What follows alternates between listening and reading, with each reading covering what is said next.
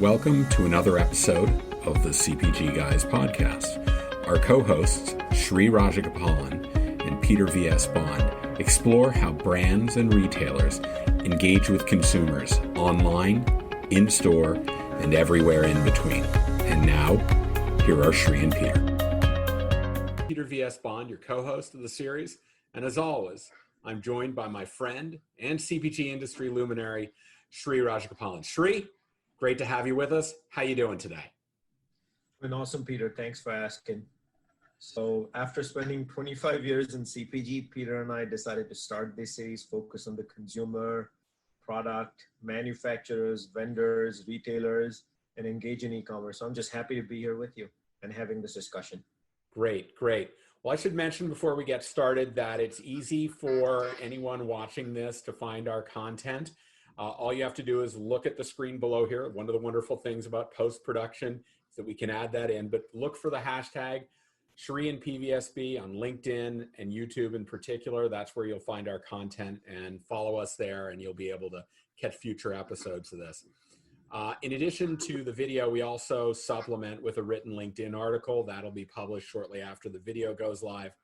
And to remind everybody of how the format of this series works, each week, one of us acts as the facilitator, asks questions of the other person, and interacts with them throughout the whole process. So understanding that, we can really start getting to the heart of the issue. Shri, I think this week we've got a particularly interesting topic. I know it's something that you and I have been bouncing around for a couple of weeks now. What do you think? Yeah, this is one heck of a hot topic, one that I've personally in the past called the kryptonite of large CPG or scale brands. Kryptonite. Yeah. Let's get to the heart of it. You know, many brands, big and small and in between, they're really striving to develop a direct-to-consumer strategy. And if you're going to do that, it's hard not to consider how Amazon will play in any such plan, given its incredible market share in the US. So before we get to the heart of our conversation, which we're calling the Amazon dilemma, let's take a step back and actually see if the premise of direct-to-consumer is correct. You know, D2C keeps coming up in the CPG industry as an essential need for manufacturers. Is that true, or do you think you can bust that myth?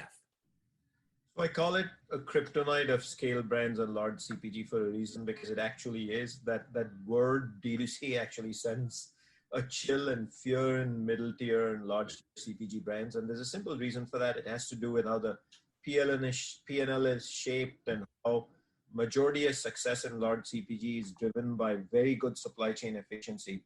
So in 2020, the question is, do you really have a choice in 2020 to be in D2C or not? And to me, in 2020, you heard it here, you absolutely have no choice, regardless of the size of your brand. Why you do D2C, what's the purpose behind D2C is not going to be the same from brand to brand, depending on the size of your brand. Are you a digital native?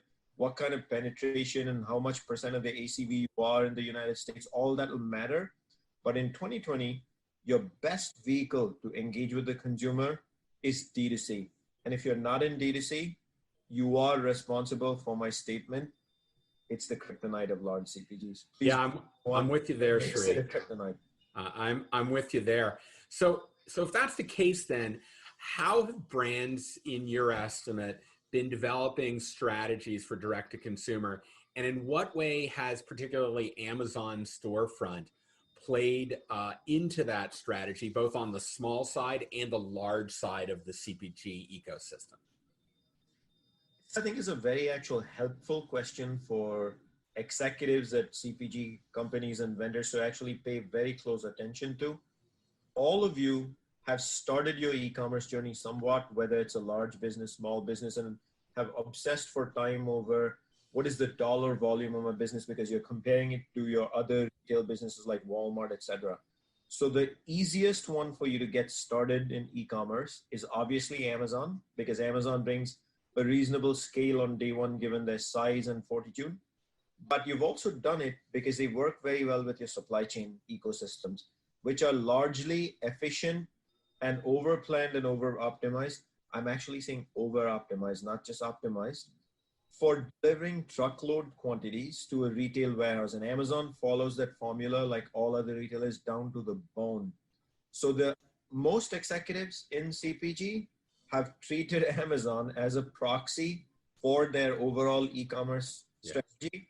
And in many cases, we'll even tell you that's a proxy D2C strategy for getting to the consumer.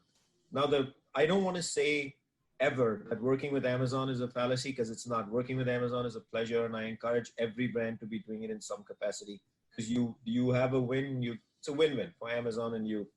But it is not a D2C strategy, because the data is obviously owned by Amazon, and you're not engaging with the consumer directly. You're working with a merchandiser just like you do in an in-store business model. And for that reason, it is not a D2C strategy. It's a great place to get started, but evolving to your own D2C strategy that you control is the way to go. Yeah, I hear you on not owning the data and the concern. I come from a digital advertising background, and when I talk to CPGs, their biggest concern with working with platforms like Facebook was the lack of detailed data to fuel their targeting mechanism. So I understand that that's a concern. So as we think about Amazon being so important, let's talk about what everybody's talking about, which is this current pandemic. Because of that, do you think that the impact of the pandemic and brands' reliance on Amazon to a large port, or in some degrees entirely as their D2C strategy, has been largely good or largely bad? So relying on Amazon, again, to start e-commerce, great idea, because it mirrors your supply chain, probably agrees best with your existing profit model, your P&L model, etc., things of that nature. So yes, you should start with an Amazon strategy. Absolutely nothing wrong with that. I actually encourage you to do it. Yeah. But let's play this out in real time, as Peter just asked right now. We're going through a pandemic. You're a non-essential item. Odds are the fulfillment warehouses of Amazon where your products were are now occupied with essential items. This is a good thing. What Amazon is doing is actually a good thing in my humble opinion, because they want to be able to source and distribute essentials to those who need access to it, more than ones that are considered discretionary purchase. You're in the discretionary purchase game. Now you rely on Amazon for, unlike the traditional retailer, you rely on Amazon for much more than just selling product. Your digital shelf, which is your display, your merchandising shelf, whatever you called it in the previous world. Mm-hmm. And Amazon, because it has the lion's share of search results. Now, when you're classified out of stock or your product cannot be supplied and therefore shown as out of stock, you just started killing equity for your brand, because everyone is going to Amazon to search for things now. And when they don't find it, what do you think they do? Your equity is getting lost. They go with someone who can be found on Google, D2C. And so you don't want to be that one that doesn't have that mechanism. So start with Amazon. You have to be able to defend your brand's turf to grow equity on your own platforms. And that's what your brand website is, AKA connect that to D2C. I'm not advocating every SKU, every price point, every line item be sold, but there's a role for D2C. But this pandemic is clearly glowing and showing us that not having some form of a website anchored, your own brand website anchored D2C is not the greatest of ideas. Yeah, I think you really hit on it, Shri. I've heard a statistic that 70% of all product search starts at Amazon. And if your product isn't available there, and you don't have an alternative solution for people to find your product, particularly through traditional search and Google and other browsers, or other search engines, you're in some big trouble. So if we understand that that's the case, from your standpoint, you know me, I love my lists. So why don't you give me the top 3 things that brands should do to avoid this Amazon dilemma of, if I'm not able to sell on Amazon, I can't sell anywhere. What should they be doing? So let's aim to give Peter his list and the top 3 reasons what should they be doing. By the way, Peter, I feel brands should be doing this from day one they get into an e-commerce strategy. There was a time and place where you only worked Amazon. That was perfectly fine. You needed to learn. Being on Amazon is actually going to teach you a ton of stuff about you. Great place to get started. But if you want to win these days, it has to be much more holistic than that. So let's talk about item number 1. Fairly straightforward. be holistic in your e-commerce strategy. That means you don't rely just on working on a pure play. You work across the ecosystem. Okay. What does that mean, work across the ecosystem? You work with your omni-channel partners where you already sell product in store. You already have great merchandising relationships. You have great value equations you're delivering for the consumer that you've developed over the course of probably a decade, if not longer, of partnerships, etc. Encourage them and be a leader for them too in their retail journey of moving to the digital world. Don't wait for the special call. Be a leader that can help your omni-channel partners get started, deeply engage in search, content, assortment with you, things of that nature. That's number one. And the message there, be omni-channel. Don't just be one retailer centric. Get into the omni-channel world. Second one is get serious about DTC. You know this is a pet peeve of mine with manufacturers. It's never too late. Ask, just go to your e-commerce team and ask a question. Do I have a DTC plan? Don't be embarrassed to ask the question. Are we in the DTC model today? And then research the brand website yourself, like a consumer. Buy a product and see if you're in the DTC game. How does the user experience feel? Is it very difficult to buy a product? Is it difficult to search and get results? What happens when you actually Google for a solution or a need state? Can your brand be found? Be the one that inspires D2C journey. And the third one is a very important one. Work with your partners in the e-commerce journey that you can be connected with through your e-commerce teams. Power Reviews is one such example. Do not hesitate to ask for help and brush up. You have a short window for the next 6, 8, 12 odd weeks until everything is shut down and your commute time is saved, which means you're getting back an average hour and a half, 2 hours. I include getting ready time in that commute time. Invest in brushing up and learning something new. And the best place in CPG and retail, the best thing to learn now, e-commerce. Make it work for you like a champion. I couldn't agree more, Sri. I'm spending an inordinate amount of my time every week connecting with our clients and offering them counsel on how they can up their e-commerce game. We have a big client of ours that their stores are closed. And so rather than just wallow and wait until their stores open, they said, we're going to devote all of our resources squarely on getting our e-commerce game into good shape. So I'm right with you there. So the next question I have is, there's one thing I've learned from you, Sri, is you've always got like 6 or 7 things going. So how in that light, or in that spirit, how does a CPG brand hedge its investments in direct to consumer? Number one, don't be crazy like me and have 6 or 7 things going. Fair enough. Successful. What's the best way to hedge bets and get started in D2C, right? Number one, I want to tell you, if you're already in the D2C game, congratulations, because you have a massive leg up on the competition. Yeah. Well done, especially if you're a digital native brand. And if you're a digital native brand, what I'm about to tell you is irrelevant. This is about getting started. If you're not in the D2C game, start again, like we said, with your website. And you're not doing this because you want to compete with your scale retailers, whether it's Amazon e-commerce or whether it's Walmart in-store business, because the profit models are going to get nothing similar. They're going to look like, the business of reselling product via retailer passes the ecosystem of fulfillment to the retailer, whether Amazon or brick and mortar. When you're in D2C, you become the retailer yourself, and there are costs associated with that. And therefore, your P&L is not going to look the same.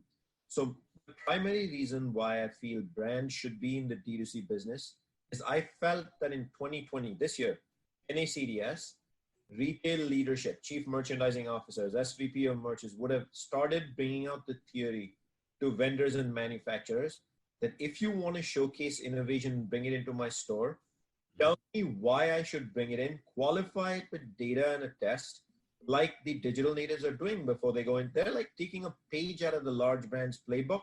They're doing it 100 little vendors, but clawing into the category. And this is why in many categories, all the growth is going to little digital native vendors who are now coming in store.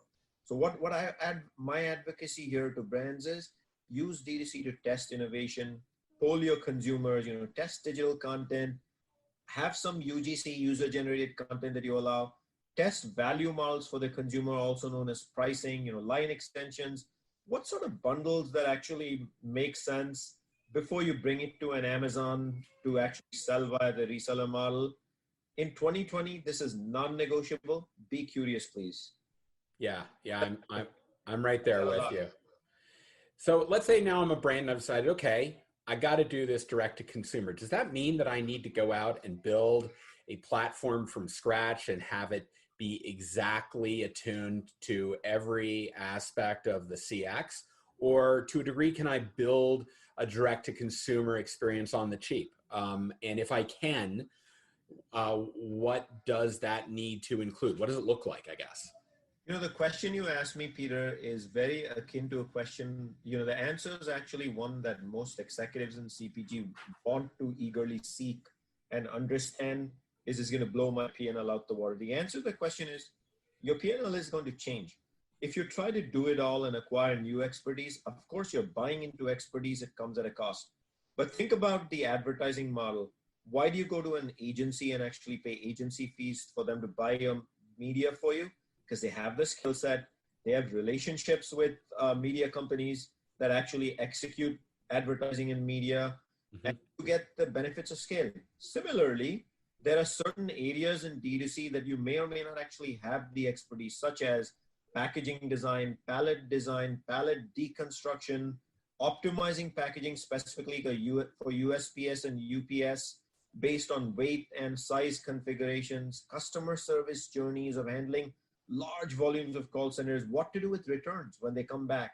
Do you destroy them? Dealing with hazmat transportation, very different to a consumer versus a truckload because it's one item at a time. And then thorough mastery of SEO based on digital content.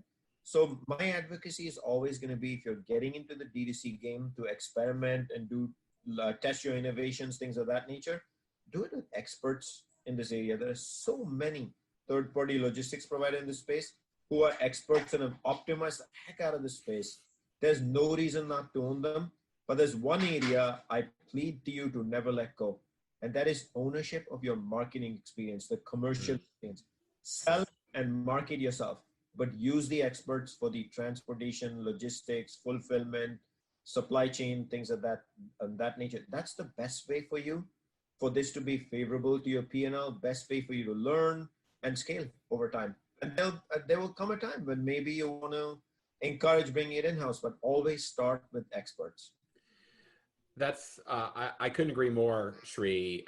You know what you know, you don't know what you don't know. And there are people out there, if they know how to do things and they can do it efficiently, you don't need to reinvent the wheel for all aspects. But I agree, they need to control their marketing component of their customer experience. So should a brand then significantly prioritize its own direct-to-consumer investment versus, say, investing in other e-retailer opportunities? I mean, Amazon being one of them, and other channels or other retailers within their specific channel. Should D2C investment come ahead of all the others?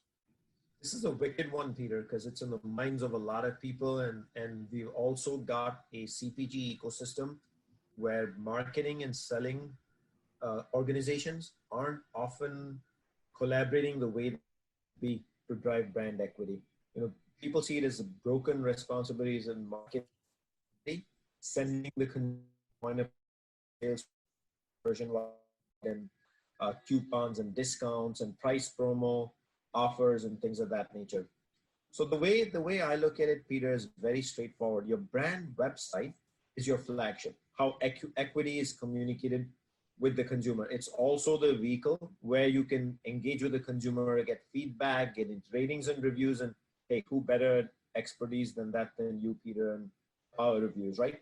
So your brand website is what you should be focusing on big time for equity building, and D2C is merely an end goal at the end of the day. So absolutely use your brand website. You should prioritize this big time from a marketing perspective. And I don't compare this with other retailer ecosystems and websites, because this is your playground and that's the purpose. So you define a certain budget for it and you execute the playground on the playground, you go play to certain objectives. But absolutely prioritize your brand website. Don't think of it as a D2C website, but more as an equity building website. there's another good reason why.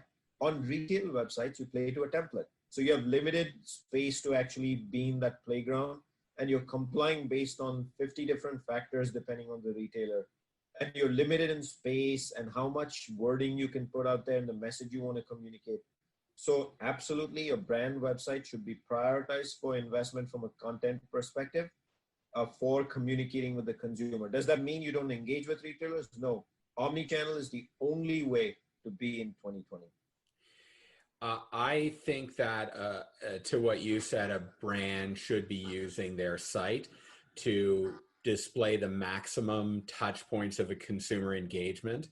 And to your point, in dealing with retailers that have their own ideas, they're ultimately going to pick and choose which of your content and experience pieces they choose to integrate into their experience. Why wouldn't they? You know, it's their playground. They're allowed to make the rules. And moreover, I'll tell you that in my discussions with retailers over the last year, increasingly, they're taking ownership of the experience. They don't want third-party JavaScript and other code on their product pages because that limits their choices. They want to maximize their choices. And so they'd rather use APIs to ingest content into a data store, do so from multiple different providers, and then ultimately choose what they want to display. So that doesn't allow any one of those players to monetize or restrict the amount of content and make decisions the retailers don't want. And that's ultimately good for the brands too, because they don't want some third-party provider making the decision for a retailer about what types of content do and don't reach those retail sites. Goes back to a previous chapter, the one we put out about a week ago on brand trust and authenticity, right? Yeah. Retailers take control of their ecosystems. Authenticity is automatically going up. So let's go out 3-5 years. What do you think are the winning elements for direct-to-consumer website? So today, tomorrow, day after, yesterday, a decade ago, a century later, the single most important aspect of a website is always going to be user experience. If you haven't Google indexed via the search index when you're building the website, if you're not paying attention to that search index often and updating it based on key search terms that you're proud of and want to be part of. Also, not each search term is born equal. It's some search terms that are widely searched for expensive. You're never going to have the budget to be able to win those.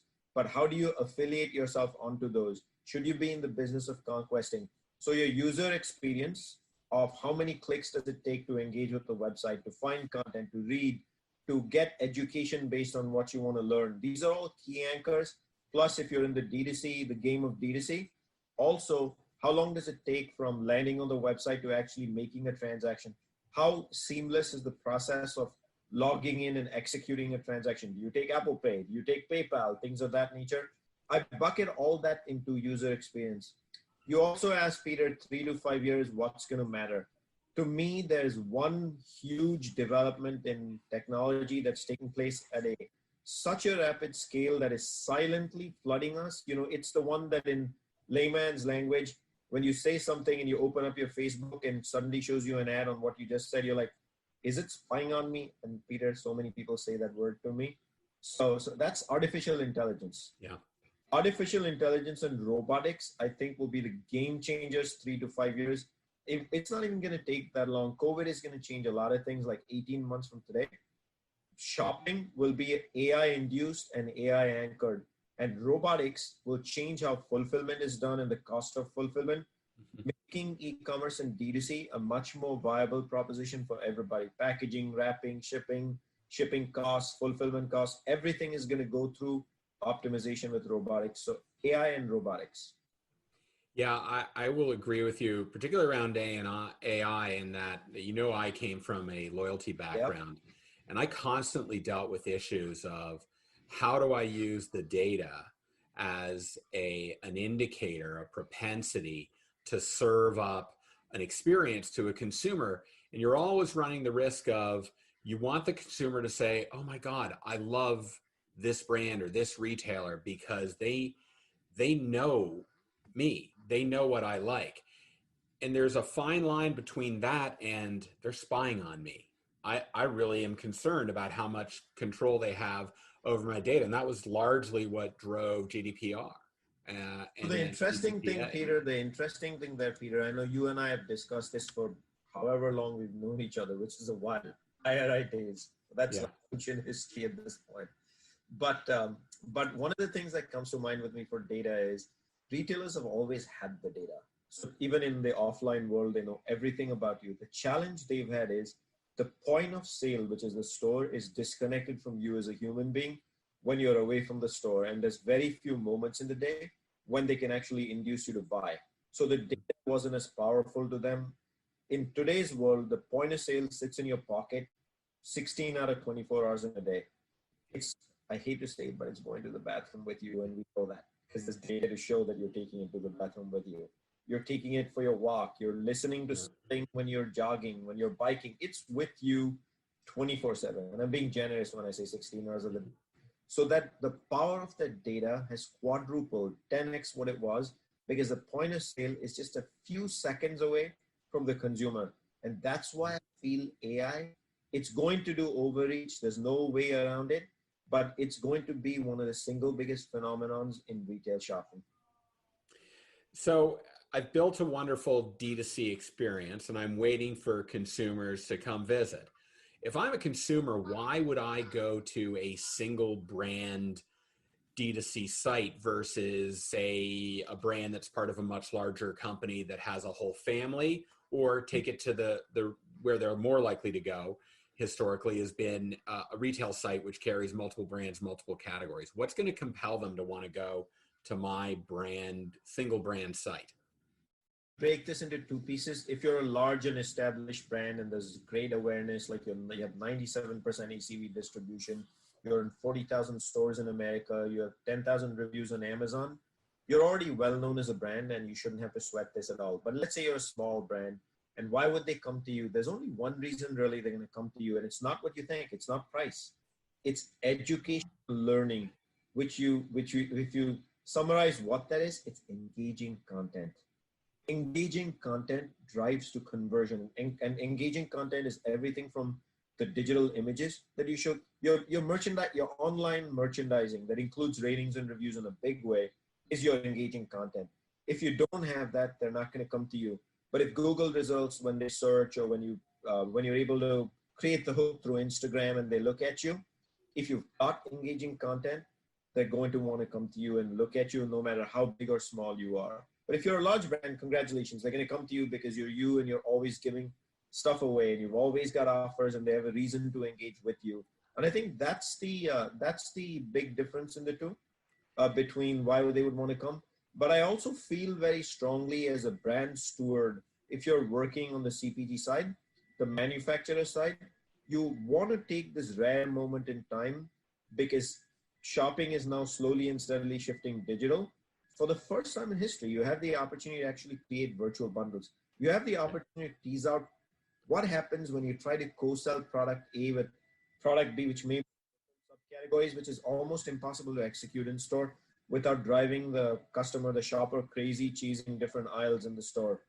I feel it's your responsibility to actually not be a single brand steward in your company. You may be working just on one brand within your company, but the stock ticker and the name of your company is not just a brand unless you're a single brand company. So you should be a brand steward that actually looks cross category, cross brand, and actually champion the equity of your company cross brand and not just be a single brand person. Yeah, absolutely. You're responsible for ensuring that your entire portfolio is successful. And if we think That's about the keyword, partnerships in Peter, business, portfolio. different capabilities, whatever, let's not forget that our brands can be thought of as partnerships that increase and improve the customer experience. I want to close with a final question, which is, and this is actually going to the consumer side of things. How do you see consumers have been reacting to this essential item only shipping policy for Amazon? Do you think that brand trust has been damaged by this? Like, do they extend the fact that they can't find the product at Amazon and lay that on the doorstep of the brand, or is Amazon losing equity over? What's kind of the balance between that? This is actually, Peter, top of mind as I've been speaking to friends, associates, and peers in the industry, right? When their product is seen as non-available, are they losing equity big time? Is the trust with our brand never going to come back? Because at the end of the day, the customer will feel a certain brand and a SKU is out of stock. Number one, let's break this up into two short pieces. Amazon. Will the customer actually be irritated with Amazon, and will Amazon lose brand equity? No chance. Absolutely not. People come to Amazon for two reasons. It's convenience and value. And Amazon will continue to give you convenience and value today, tomorrow, day after, because if you've ever seen the famous Jeff Bezos napkin, it's right, you customer are right at the center. That's the anchor, the hub and spoke system for Amazon. So then not going to lose any equity over this whatsoever, not even a little blip. And convenience and value being the anchors. Now, if they were to move away from convenience and value, good shot, that goes away. So what I'm going to say, Peter, is this is more emotional than the reality. If you look at the data, yes, there was a lot of rants and raves about this. It's fair to be concerned, but it's more emotional. Analytically, if you start digging deep into the data, life's going to be fine. Well, Sri, thank you. This has been a really insightful interaction. I hope that our viewers learn something from this as they start to think about direct to consumer and the implications that Amazon has on those strategy. I want to thank you for joining us today and to help us think through this entire process. What I want to say to our viewers again is follow us on social media, particularly LinkedIn and YouTube at hashtag Shri and PVSB. And next week, we'll be back with a new and exciting episode. It is going to be centered around how brands should be focused on optimizing the product page for consumer engagement, thinking about all the components of the product page. So that should be a really lively discussion. Shri, thanks again, and looking forward to seeing you next week. Indeed, Peter, as always, thank you. Great to have you as a buddy in this journey.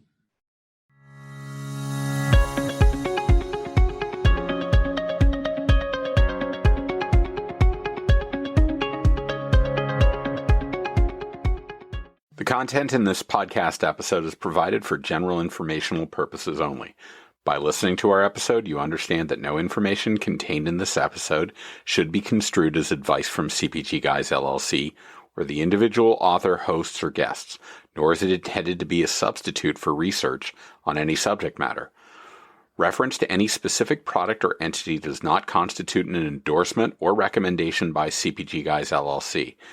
The views expressed by guests are their own, and their appearance on the program does not imply an endorsement of them or any entity they represent. The views expressed by CPGGUYS LLC do not represent the views of their employers or the entity they represent. CPGGUYS LLC expressly disclaims any and all liability or responsibility for any direct, indirect, incidental, special, consequential, or other damages arising out of any individual's use of, reference to, or inability to use this podcast or the information we present in this podcast.